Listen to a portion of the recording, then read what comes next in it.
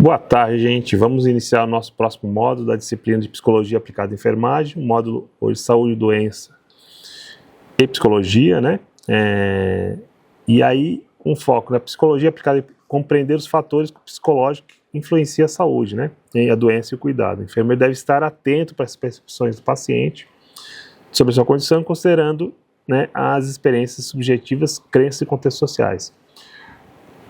É de extrema importância esse conteúdo porque a gente entender que as doenças, apesar de ter questões biológicas, ela tem uma subjetividade que interfere diretamente no processo de saúde e doença, né? Então, e entendendo toda essa complexidade, eu vou ampliar o meu cuidado e ele vai ficar muito mais complexo, né? Então, as representações sociais de saúde e da doença, né, são construções coletivas sobre conceitos importantes como saúde e doença. Aquele conceito que se tinha antigamente, ou que tem ainda dentro do senso comum de saúde contrário de doença, ele já está descartado. Dentro do Sistema Único de Saúde, a gente trabalha com os determinantes sociais de saúde, com a relação da saúde, né, relacionada com diferentes fatores. E a gente tem que entender todo esse processo. Então, antecipar reações do paciente diante dos diagnósticos, planejar estratégias educativas de suporte emocional e adaptar a comunicação e o contexto cultural faz parte desse processo no cuidado em psicologia aplicada. Exemplos. Muitas vezes a pessoa pode achar que aquela doença é um castigo por algo que ela cometeu. Algumas comunidades vão valorizar a questão mais cultural, popular, no cuidado, né? Ou, como eu falei, a partir do senso comum, a saúde como contrário de doença que muitas pessoas ainda consideram.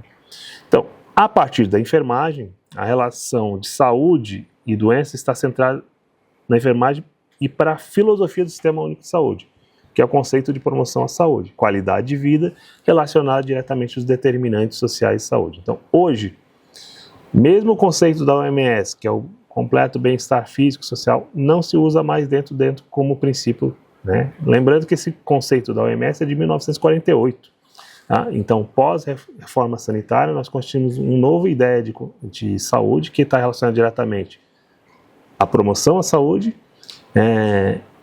e aí trabalhando prevenção, promoção, reabilitação e parte curativa do cuidado. Tá? Então, o SUS, embasado na Constituição Federal de 88, né, que determina que saúde é um direito de todos e dever do Estado, né, ele determina, então, que a saúde está relacionada diretamente aos determinantes sociais de saúde, e aí, dentro do material lá da nossa aula, vocês vão ver um modelo que é utilizado, né, que é um modelo de condições socioculturais e ambientais gerais, que vai estar relacionado, e aí vocês podem ver que vai trabalhar em camadas, né, que é o indivíduo, o estilo de vida, as redes sociais comunitárias, as condições de vida e as condições socioeconômicas. São camadas que pertence a todo esse processo de saúde e doença dentro do coisa. Tá? Qual é a abordagem da enfermagem? A enfermagem ela tem como disciplina e profissão, adota a visão de saúde que se alinha e aprofunda o conceito do SUS. Então, hoje, a enfermagem está ligada diretamente ao que o SUS preconiza como saúde e doença, né?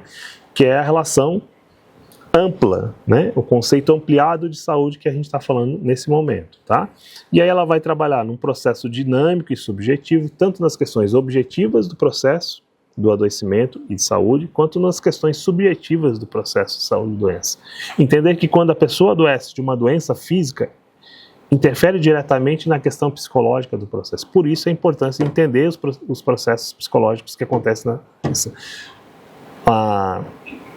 Quando a gente vai dar um resultado de um exame, quando a pessoa está numa ansiedade à espera de um diagnóstico, quando se propõe uma estratégia de tratamento, tudo isso está interferindo subjetivamente na vida da pessoa.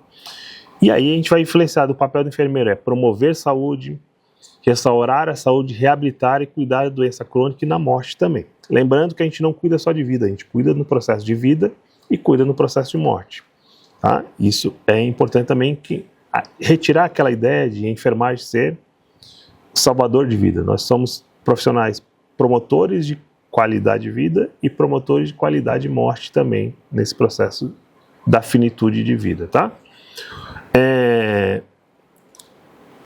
Então, e o ser doente e suas vivências, a doença não é apenas um fenômeno biológico, envolve impacto psicológico e social. Então, os fatores psicológicos comuns, ansiedade, estresse, medo, muitas vezes as depressões, as tristezas em si, o isolamento social e a alteração da autoimagem também, né? E qual é o papel do enfermeiro? Acolhimento, escuta ativa, observações, sinais e sintomas do sofrimento emocional e muitas vezes encaminhamento para outros profissionais quando necessário, tá?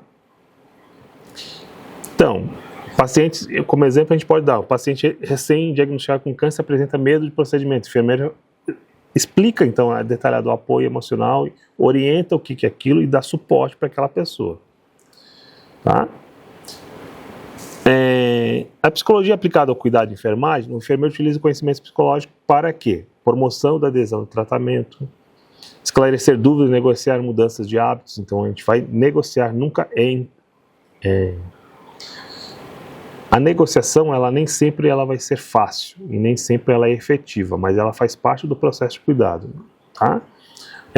O enfrentamento, saber enfrentar, estratégia de redução de estresse, técnicas de relaxamento, técnicas respiratórias, que vai diminuir a ansiedade, vai diminuir todo esse processo.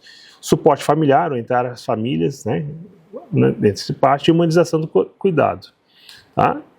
E aí, os modelos explicativos de psicologia da saúde, que é o que a gente já falou, os determinantes sociais de saúde, o modelo psicossocial, de Andrew, na interação do corpo, mente e contexto social, são outros modelos. As teorias cognitivas comportamentais ajudam a entender o comportamento de saúde, crenças e hábitos.